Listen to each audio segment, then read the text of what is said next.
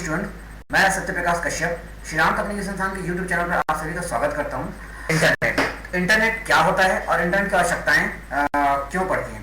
ठीक है, तो सबसे पहले हम देखते हैं इंटरनेट। तो इंटरनेट नेटवर्कों का बहुत बड़ा समूह है जिसके द्वारा हम सूचनाओं को आसानी से एक जगह से दूसरी जगह और दूसरी जगह से तीसरी जगह सेंड कर सकते हैं और पैरेलली एक साथ बहुत से लोगों को हम सूचनाओं को संप्रेषित कर सकते हैं। ये होता है हमारा इंटरनेट। और सिर्फ सूचनाओं को संप्रेषित करने के लिए नहीं, आजकल बहुत सारे रियल टाइम वर्क जैसे video conference, banking, booking, online game, इन सारे कार्यों के लिए आजकल हम नेट का यूज़ कर रहे हैं। ठीक है, तो हम ये कह सकते हैं कि तकनीकी रूप से बहुत ही मजबूत इंटरनेट का यूज़ आजकल हर घर की आवश्यकता बन चुकी है।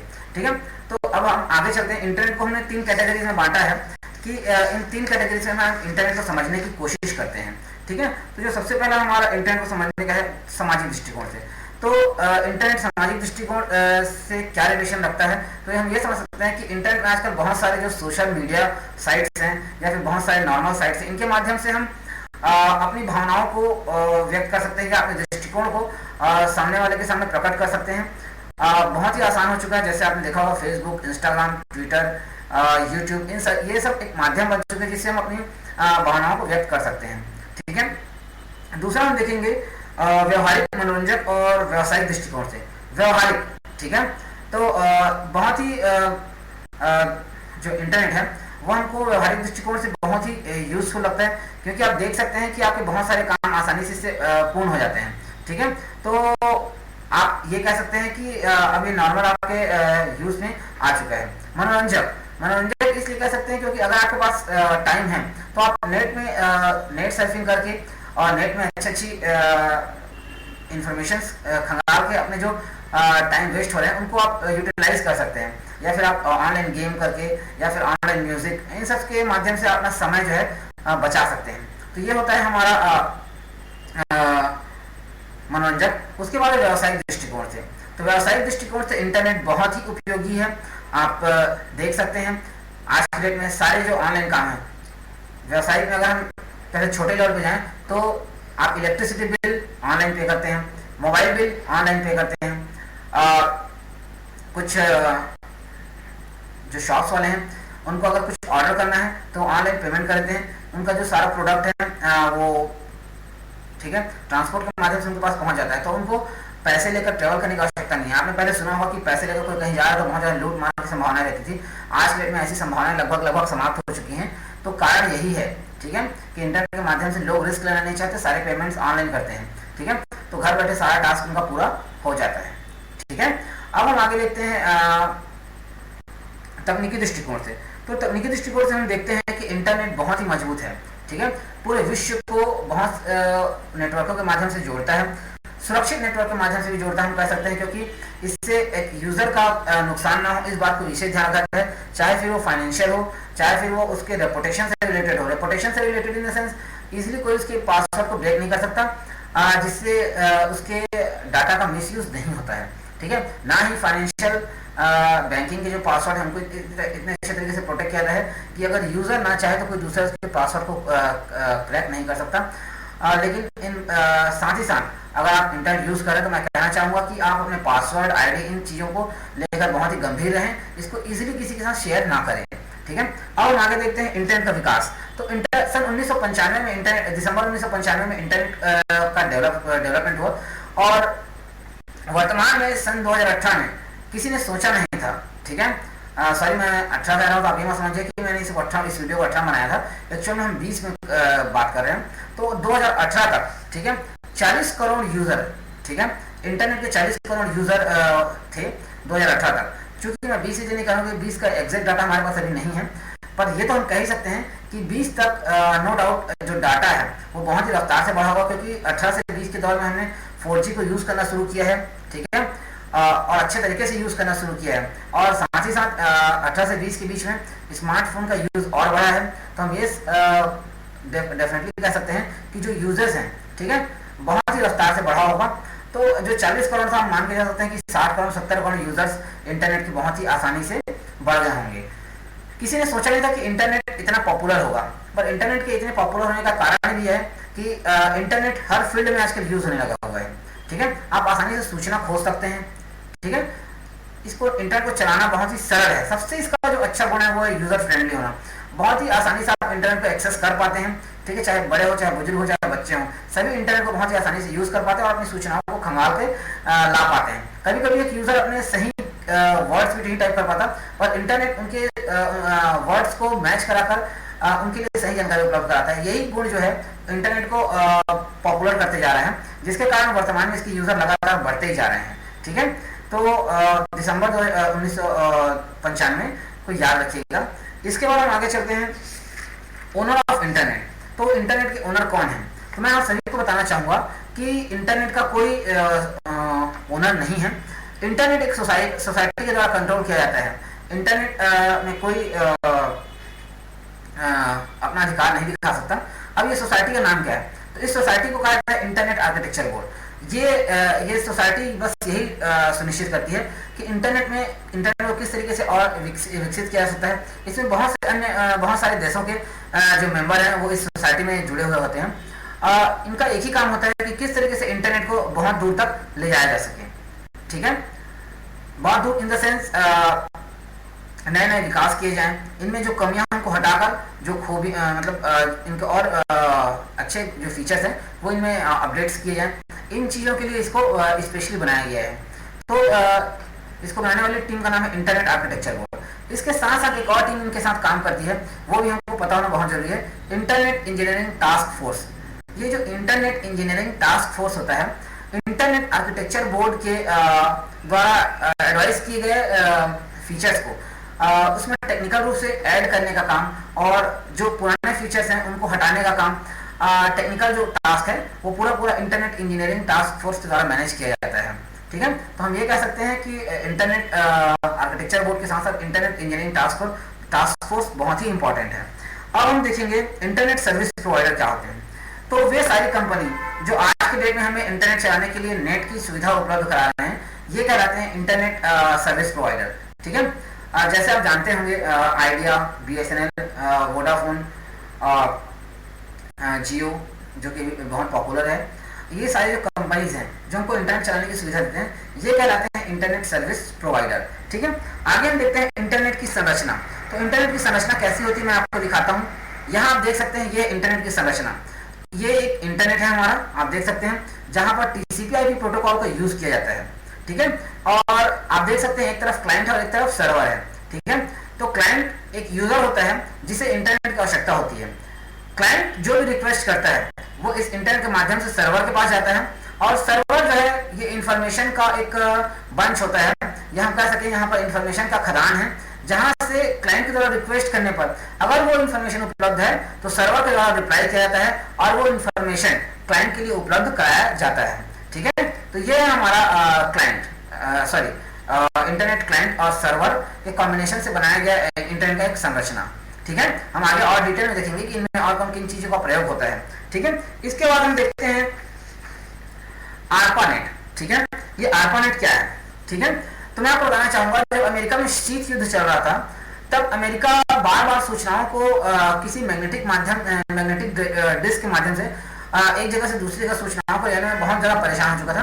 तब उसने यह सुनिश्चित किया कि हमें कुछ एक ऐसी व्यवस्था तैयार करनी चाहिए जिसके माध्यम से हम आसानी से सूचनाओं को एक जगह से दूसरी जगह ले सकें। तब उन्होंने केबल के माध्यम से दो कंप्यूटर को इस तरीके से कनेक्ट करने का सोचा कि दोनों ही कंप्यूटर एक दूसरे से डिस्टर्ब ना हो और आसानी से सूचनाओं को संप्रेषित कर सकें। इस कार्य के लिए उन्होंने एक टीम बनाया जिसका नाम था advance research project agency, ARPA, ठीक है। तभी ये नाम पड़ा ARPA, ठीक है।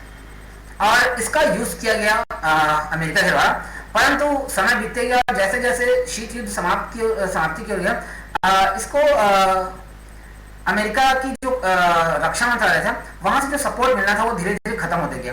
परंतु चूंकि इतना बड़ा ये नेटवर्क था, इसके मेंटेनेंस के लिए पैसे की आवश्यकता थी, तो रक्षा विभाग ने इसे यूनिवर्सिटी की ओर बहुत सारे यूनिवर्सिटीज और संस्थाओं को अपने साथ जुड़ने के लिए आमंत्रित किया।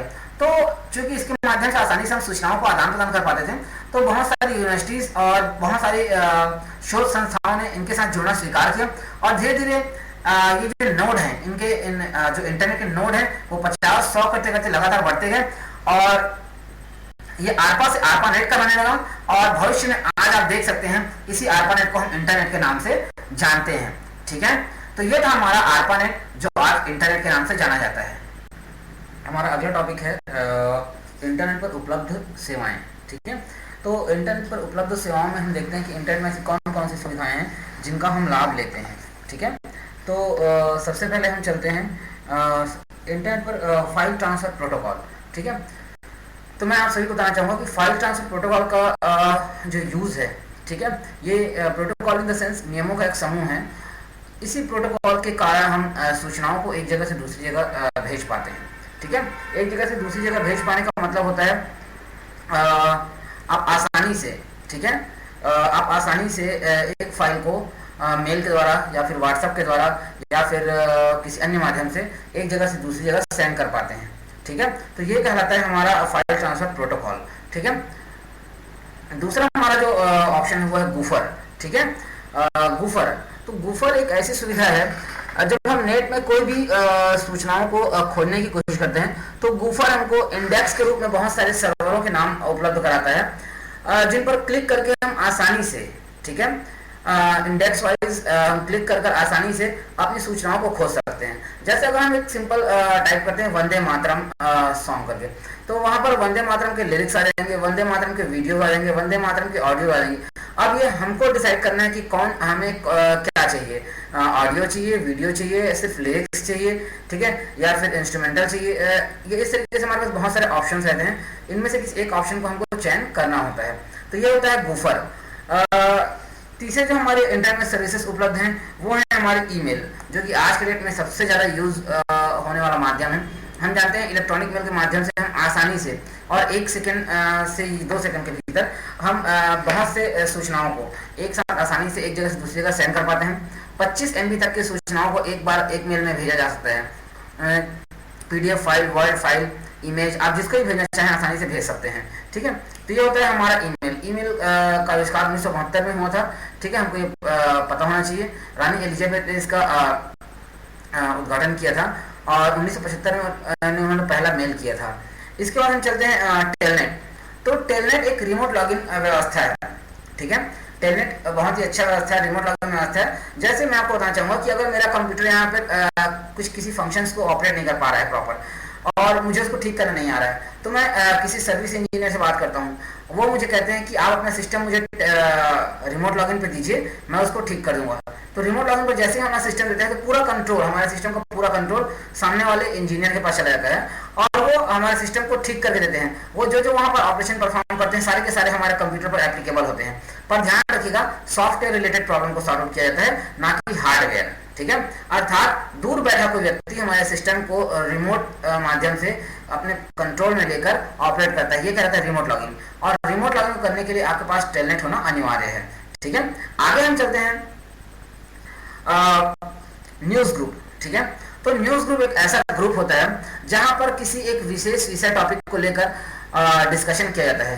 ये ग्रुप कभी कभी फ्री होता है और कभी कभी इसके लिए हमको चार्जेस पे करने होते हैं। ठीक है, इन ग्रुप पर उस पर्टिकुलर टॉपिक से रिलेटेड सूचनाएं डाली जाती हैं।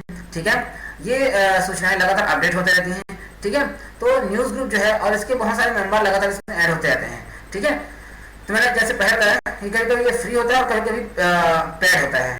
ठीक है, अर्थात आपको इसके लिए कभी कभी भुगतान करना पड़ता है। तो जिस व्यक्ति को जिस फील्ड में रुचि हो वो उस ग्रुप में जुड़ना पसंद करता है।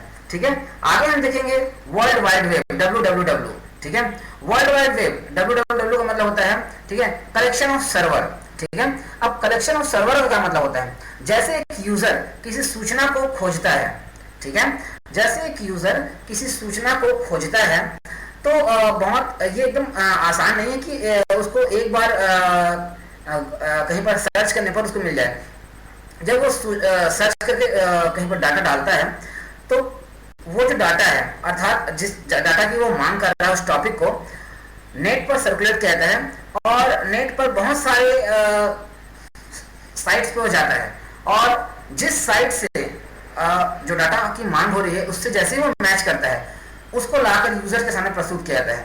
तो आप समझ गए होंगे, डाटा तो उपलब्ध है पर डाटा कहाँ है ये पता नहीं होता है। परंतु जैसे ही हम डाटा को हम इनपुट करते हैं कि हमें ये बेसिक ये इन्फॉर्मेशन हमको चाहिए। तो उस इन्फॉर्मेशन को नेट में पूरी तरीके से सर्कुलेट किया जाए। सर्कुलेट करने के बाद ठीक है, जो भी व्यक्ति उस सूचना को ठीक है सर्कुलेट करते हैं, तब बहुत सारे सर्वरों के पास जाता है और जिस सर्वर से उस जानकारी का मैच होता है वो सर्वर की जानकारी को यूजर के लिए उपलब्ध कराया जाता है। ये कहलाता है हमारा वर्ल्ड वाइड वेब, WWW, सूचनाओं का मतलब सर्वरों का समूह। और इन्हीं सर्वरों के समूह के बीच से कोई एक जानकारी निकल के आपके लिए उपलब्ध होता है। ठीक है, इसके बाद हम देखेंगे आर्ची। ठीक है, तो आर्ची एक तकनीक है जिसके द्वारा आप जब भी किसी सूचना को खंगालते हैं, तो ये जो आर्ची है ये बहुत सारे वेबसाइट्स के जानकारियों को अपने पास एकत्र कर रखता है। और जैसे ही आप कहते हैं कि मुझे ये जानकारी चाहिए, तो आर्ची तुरंत फंक्शन करता है और देखता है कि ये जानकारी कौन से सर्वर के पास है।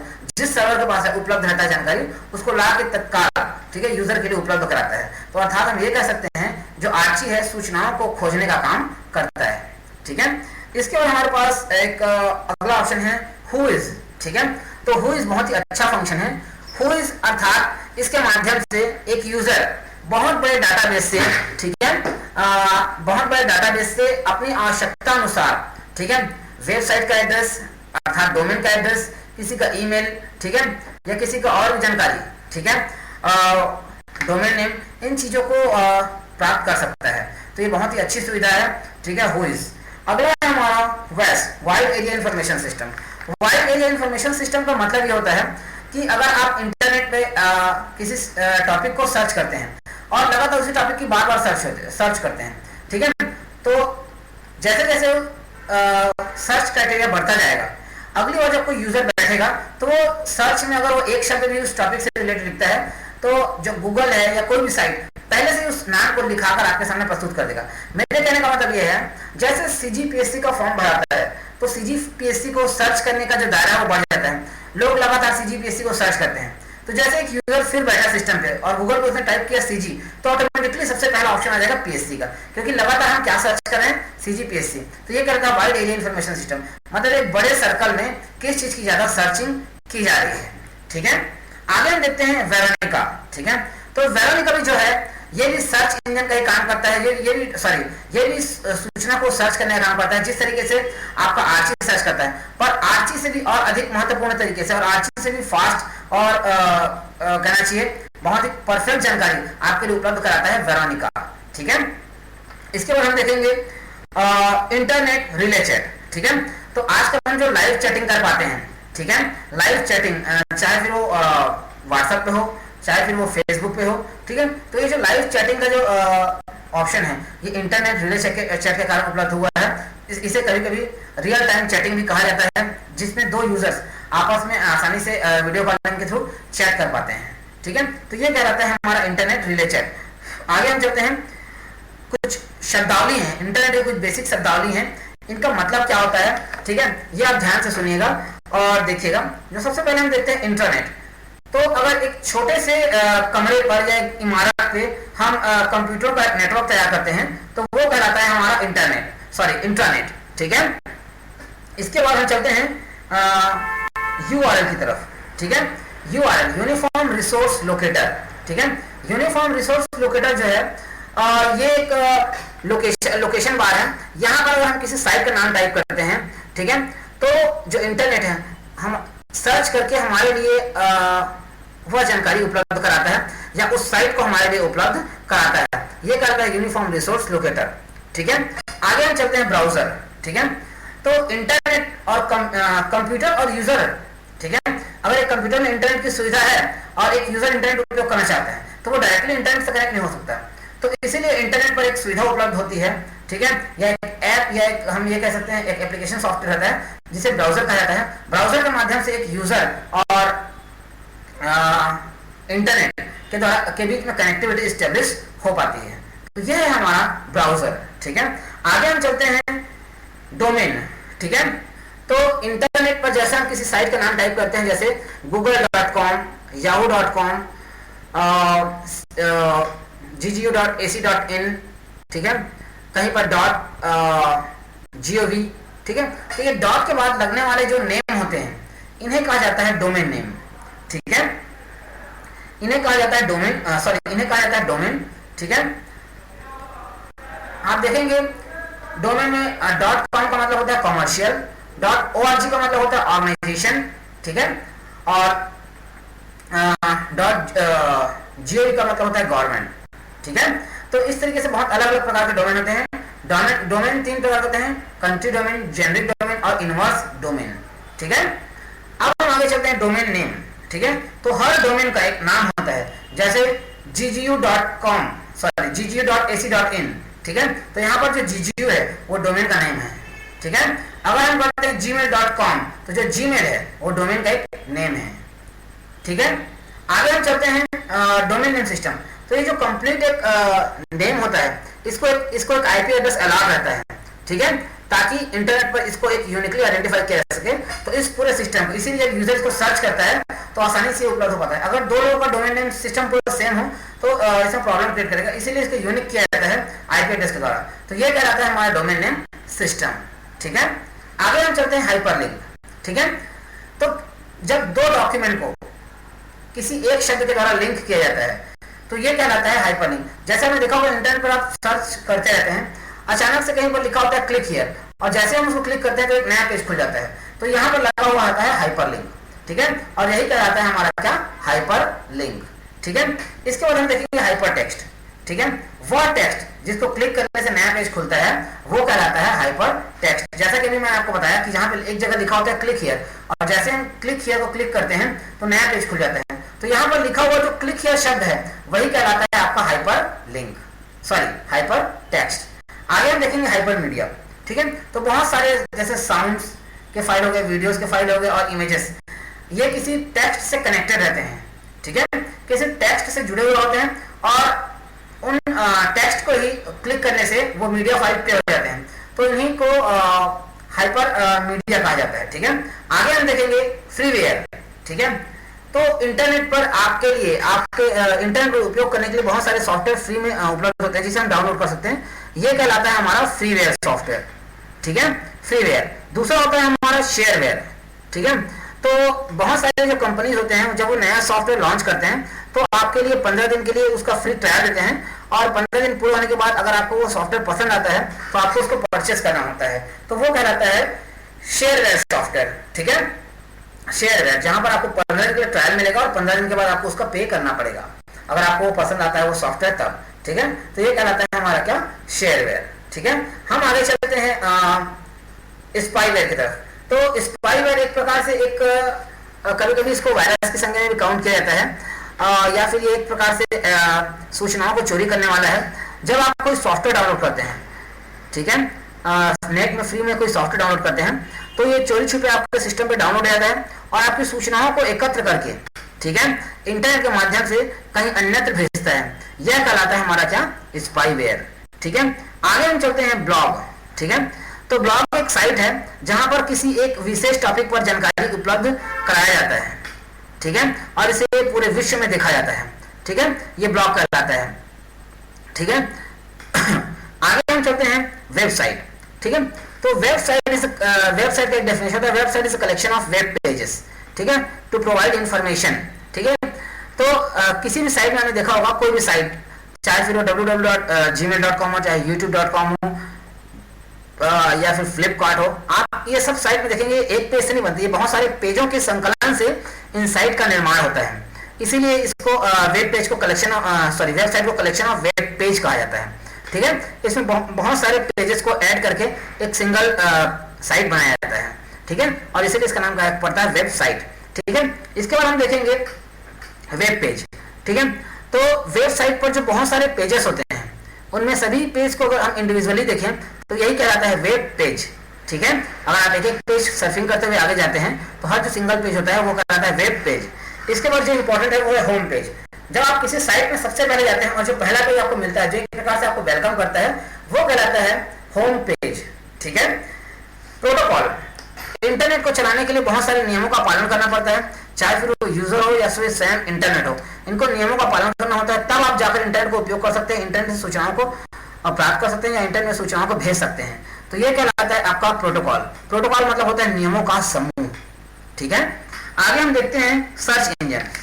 तो सर्च इंजन एक सॉफ्टवेयर है, ठीक है, जो आपके द्वारा जो भी सूचना आप मांगते हैं ठीक है, उसको नेट में खंगाल कर आपके लिए उपलब्ध कराने की कोशिश करता है। ठीक है, ये होता है हमारा सर्च इंजन। जैसे गूगल एक सबसे फेमस सर्च इंजन है, ठीक है, याहू भी है। आगे हम देखेंगे सर्वर। ठीक है, सर्वर, तो सर्वर वे कंप्यूटर होते हैं, ठीक है, जहां पर किसी साइट से रिलेटेड सारी सूचनाएं स्टोर होती हैं, और जब एक क्लाइंट रिक्वेस्ट करता है तो इन्हीं सर्वर में अगर सूचनाएं उपलब्ध होती हैं तो वो आपके लिए मुहैया कराया जाता है। तो ये होता है सर्वर। होस्ट, ठीक है, किसी नेटवर्क में वो कंप्यूटर, अब हम होस्ट के बारे में देख रहे हैं, किसी नेटवर्क में वो कंप्यूटर जो उस नेटवर्क से जुड़े अन्य कंप्यूटरों को सूचनाएं उपलब्ध कराता है, ये कहलाता है हमारा होस्ट। ठीक है, आगे हम देखेंगे क्लाइंट। ठीक है, तो जैसा कि हमने कहा कि एक नेटवर्क में जुड़ा हुआ प्रमुख कंप्यूटर जो सूचनाएं उपलब्ध कराता है वो कहलाता है होस्ट, पर उसी नेटवर्क में जुड़ा हुआ वह कंप्यूटर जो उस सूचनाओं को उपयोग करता है वो कहलाता है क्लाइंट। ठीक है, वो क्या कहलाता है? क्लाइंट। आगे हम चलते हैं, आगे हम देखेंगे हैकर। ठीक है, हैकर और क्रैकर। तो हैकर वह व्यक्ति होता है जो किसी साइट की गोपनीय सूचनाओं को चोरी कर लेता है और किसी साइट पर अनाधिकृत तरीके से घुसकर उस साइट की सूचनाओं को एकत्र करता है। और जस्ट इसके थोड़े से आगे स्टेप में होता है क्रैकर। यह अनाधिकृत तरीके से सिस्टम पे घुसता है, सूचनाओं को चोरी भी करता है और उनको मिसयूज करने की कोशिश भी करता है। ठीक है, यह कहलाता है क्रैकर। ठीक है, आगे दो शब्द हैं डाउनलोड और अपलोड। जब इंटरनेट से कोई सूचनाएं हम निकाल कर अपने कंप्यूटर में सेव करते हैं तो यह कहलाता है डाउनलोड।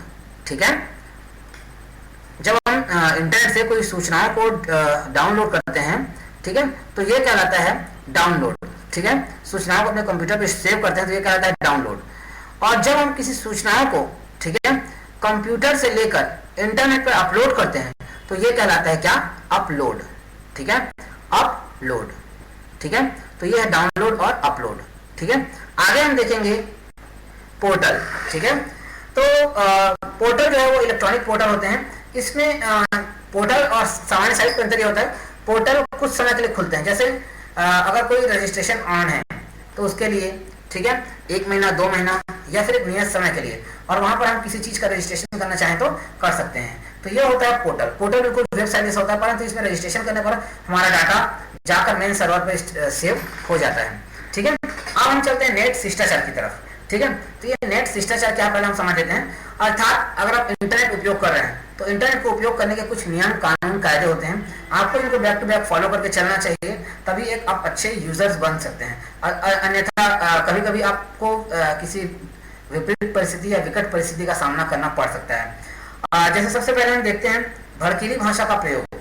ठीक है, इंटरनेट पर आप भड़कीली भाषा का प्रयोग नहीं कर सकते, क्योंकि इंटरनेट पर आप जो भी बोलते हैं वो परमानेंटली एक रिकॉर्ड के तौर पर स्टोर किया जाता है। और अगर आप किसी भड़कीली भाषा का प्रयोग करते हैं जिससे कोई समुदाय या कोई वर्ग इससे प्रभावित होता है तो आपके ऊपर केस किया जा सकता है। ठीक है, तो आप ध्यान रखें इंटरनेट पर उपयोग करने से पहले शब्दों का। दूसरा है व्यंग्यतकी को परख लें। व्यंग्यतकी को परखने का मतलब होता है कि आप किसी को फेस टू फेस अगर व्यंग करते हैं हंसी मजाक में, तो हो सकता है सामने वाले व्यक्ति आपकी बात को समझ जाए और उसको हल्के में लेकर, मजाक में लेकर वो भूल जाए। परंतु चूंकि आप नेट पे हैं, इंटरनेट पे हैं, तो आप व्यंग करते समय ध्यान दें कि सामने वाला व्यक्ति आपके सामने नहीं है। अगर आप उसको व्यंग करते हैं तो हो सकता है उसको बुरा लग जाए, क्योंकि वो समझ नहीं पाएगा कि आप उससे एक प्रकार से मजाक कर रहे हैं। ठीक है, तो इन बातों का विशेष ध्यान दें। आगे है इंटरनेट पर जो सबसे प्रमुख बात है, कभी भी किसी गलत आईडी से, ठीक है, अपने आप को प्रेजेंट ना करें। ठीक है, अर्थात अगर आपका नाम ए है तो आप ए ही बने रहें। अगर बी बन के आप किसी के सामने प्रस्तुत होते हैं तो बिल्कुल ये एक अपराध माना जाता है और आपके ऊपर कार्यवाही की जा सकती है। ठीक है, आगे हमारा है तुच्छ संदेश ना भेजें। तुच्छ संदेश ना भेजने का मतलब क्या होता है? तुच्छ संदेश मतलब एक ऐसा संदेश जब किसी व्यक्ति के पास जाता है और उसको ऐसा लगता है कि अरे यार ये मेरा टाइम बर्बाद कर रहे हैं, तो ऐसी स्थिति ना हो। ठीक है, अगर आप किसी को कोई मैसेज भेज रहे हैं तो ऐसा मैसेज हो जिसको सामने वाला पाकर खुश हो, एटलीस्ट खुश ना हो तो सीरियस हो कि हाँ ये मैसेज मेरे काम का है। ठीक है, तो ये कहलाता है हमारा तुच्छ संदेश नहीं भेजना। बड़े अक्षरों का कभी भी प्रयोग नहीं करना है। बड़े अक्षरों का प्रयोग मतलब आप किसी को इंटरेक्ट करने के लिए, अपनी तरफ उसका इंटरेक्शन पाने के लिए बड़े बड़े अक्षर से लिखेंगे तो एक बहुत ही अभद्र व्यवहार माना जाता है। तो आप एक स्टैंडर्ड फॉन्ट का यूज़ करें जो कि एक ऑफिशियल फ़ोन माना जाता है और उसी से अपनी बात को लिखें। ठीक है, अब हम चलते हैं इंटरनेट पर को जानें और इनका पालन करें। ठीक है, ये सबसे प्रमुख बात है। इंटरनेट के सारे गाइडलाइन को आप प्रॉपर पढ़ें। इंटरनेट को उपयोग करने से पहले कौन कौन से नियम है, कौन कौन से नियम को हमको पालन करना है और कौन कौन से मतलब गलत चीज़ों से बच के रहना है। ठीक है, तभी आप इंटरनेट का सही उपयोग कर पाएंगे। अगला है दूसरे के प्रकाशनाधिकार का अतिक्रमण ना करें। अगर इंटरनेट पर किसी ने कोई चीज़ शेयर किया है तो आपको ये अधिकार नहीं बनता कि आप उससे बिना पूछे उनके कंटेंट को उठाकर कहीं और शेयर करें। ये कॉपीराइट एक्ट के तहत आपके ऊपर क्राइम माना जाएगा। आगे हम चलते हैं, इंटरनेट के अब कुछ अनुप्रयोग हैं। ठीक है, सबसे पहले इंटरनेट पर व्यापार। तो आजकल इंटरनेट पर व्यापार बहुत ही आम हो चुका है, आपने देखा होगा। ठीक है, आसानी से आप ऑनलाइन परचेसिंग करते हैं। ठीक है, सिर्फ ऑनलाइन परचेसिंग नहीं, सारे जो बिजनेसमैन होते हैं आजकल कोई भी पैसा कैश लेके नहीं चलता है। सारे लोग ऑनलाइन पैसे को नेट के माध्यम से, इंटरनेट के माध्यम से कहीं भी सेंड कर देते हैं। ठीक है, और उनका जो भी ऑर्डर होता है वो उनको मिल जाता है। ठीक है, तो आज का व्यापार इंटरनेट के कारण बहुत ही सरल हो गया है। आसानी से आप पैसे सेंड कर सकते हैं, आसानी से आप सामान मंगवा सकते हैं। ठीक है, और ऑनलाइन जो आजकल परचेसिंग हो रहा है, ऑनलाइन ऑर्डर आप तो देख ही रहे हैं, जो बहुत बड़ा माध्यम बन चुका है आजकल परचेसिंग का। ठीक है, इसके बाद हम देखते हैं इंटरनेट के द्वारा शासन प्रशासन। ठीक है, गवर्नमेंट में हो चाहे प्राइवेट में हो, आजकल इंटरनेट के माध्यम से बहुत ही अच्छे से कंट्रोल किया जा रहा है। जैसे अगर हम नॉर्मली नोटिस करें तो बहुत सारे जो आजकल कॉन्फ्रेंस होते हैं, मीटिंग होते हैं, वो इंटरनेट के माध्यम से संपादित होते हैं। और आप अभी कोरोना काल में तो आपने देखा ही होगा कि अधिकतर कामों को ऑनलाइन ही कर दिया गया था। बड़े बड़े जो उद्घाटन समारोह तक को ऑनलाइन कर दिया गया। ठीक है, सिर्फ और सिर्फ इसी कारण ताकि लोग कोरोना से बचें। परंतु इस कोरोना काल में हमको ये सीखने के लिए मिला कि अगर हम काम को घर बैठे करें तो हमारा बहुत सारा समय बचाया जा सकता है। ठीक है, तो ये था हमारा इंटरनेट पर शासन प्रशासन।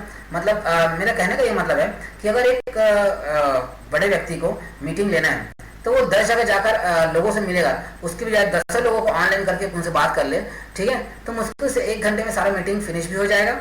ठीक है, और ना उनको वहाँ जाने की ज़रूरत है, ना अगर जाने पर जो एक्सपेंस होंगे उनसे भी बचा जा सकता है। तो ये है हमारा इंटरनेट पर शासन और प्रशासन। अगला है हमारा मीटिंग्स। आजकल जितने भी मीटिंग्स हो रहे हैं, कोरोना काल में तो विशेषकर, ठीक है, सारे मीटिंग्स ऑनलाइन कर दिए गए हैं, जिससे बहुत सारे पैसे की बचत हो रही है और बहुत ज़्यादा समय की भी बचत हो रही है। आगे हम देखते हैं पत्राचार। तो आजकल जितने भी लेटर कहीं सेंड करना होता है तो आजकल सारे सरकारी विभाग या चाहे प्राइवेट विभाग सब व्हाट्सएप पे अपना अपना ग्रुप तैयार करते हैं और उन व्हाट्सएप ग्रुप के माध्यम से अपने जो फाइल्स हैं उनको पीडीएफ बनाकर शेयर कर देते हैं और उन्हें आजकल स्वीकार कर लिया जाता है। ठीक है, तो ये कहलाता है आजकल पत्राचार इंटरनेट के माध्यम से, जिससे बहुत ज़्यादा समय की बचत होती है। अगर एक लेटर 3 दिन में रायपुर से जांजगीर पहुंचता है तो ये मान के चलिए 3 मिनट में वो रायपुर से 10 लोगों तक तो फॉरवर्ड हो सकता है। ठीक है, आगे हम देखते हैं रजिस्ट्रेशन और दाखिला। जैसा कि अभी हमने पढ़ा था पोर्टल, तो आजकल हर कार्य के लिए पोर्टल बना दिया जाता है। कोई भी एडमिशन के लिए पोर्टल पर विद्यार्थी आसानी से एंट्री करके, ठीक है, ऑनलाइन काउंसलिंग के माध्यम से एडमिशन ले पाता है। तो ये पोर्टल बहुत ही अच्छा चीज़ है, जहाँ पर आप जैसे रजिस्ट्रेशन करते हैं आपको एक रजिस्ट्रेशन नंबर मिल जाता है। ठीक है, और उस रजिस्ट्रेशन के माध्यम से आप एडमिशन ले सकते हैं। तो पहले की भांति आपको कहीं लाइन लगने की आवश्यकता नहीं है, कहीं पर लाइन लगकर फॉर्म भरने की आवश्यकता नहीं है।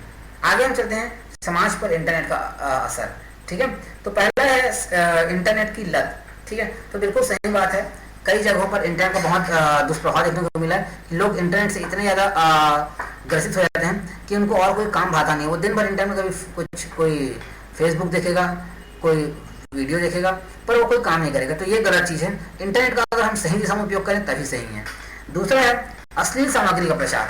इंटरनेट पर बहुत ज़्यादा मात्रा में कभी कभी अश्लील सामग्रियों का भी प्रचार किया जाता है। ठीक है, जो लोगों की मानसिकता को बदल रहा है। ठीक है, तो इन चीज़ों से हमको बचना रहेगा। और अगला है इंटरनेट पर अपराध। बहुत सारे क्राइम होते हैं। ठीक है, हमने देखा है इंटरनेट पर आज के डेट में बहुत से लोग, ठीक है, अपने बेसिक पहचान को छिपाकर बहुत सारे क्राइम करते हैं। ठीक है, चाहे फिर लड़कियों को झुठला फुसला कर उनसे शादी करना हो, चाहे फिर लोगों को बहला फुसला कर उनके पैसे को हड़प लेना, ठीक है, नेट बैंकिंग के माध्यम से। तो ये सारे काम आजकल इंटरनेट में हो रहे हैं। ठीक है, तो ये था हमारा इंटरनेट का पहला चैप्टर। अगले चैप्टर में हम लोग फिर मिलते हैं, तब तक के लिए धन्यवाद।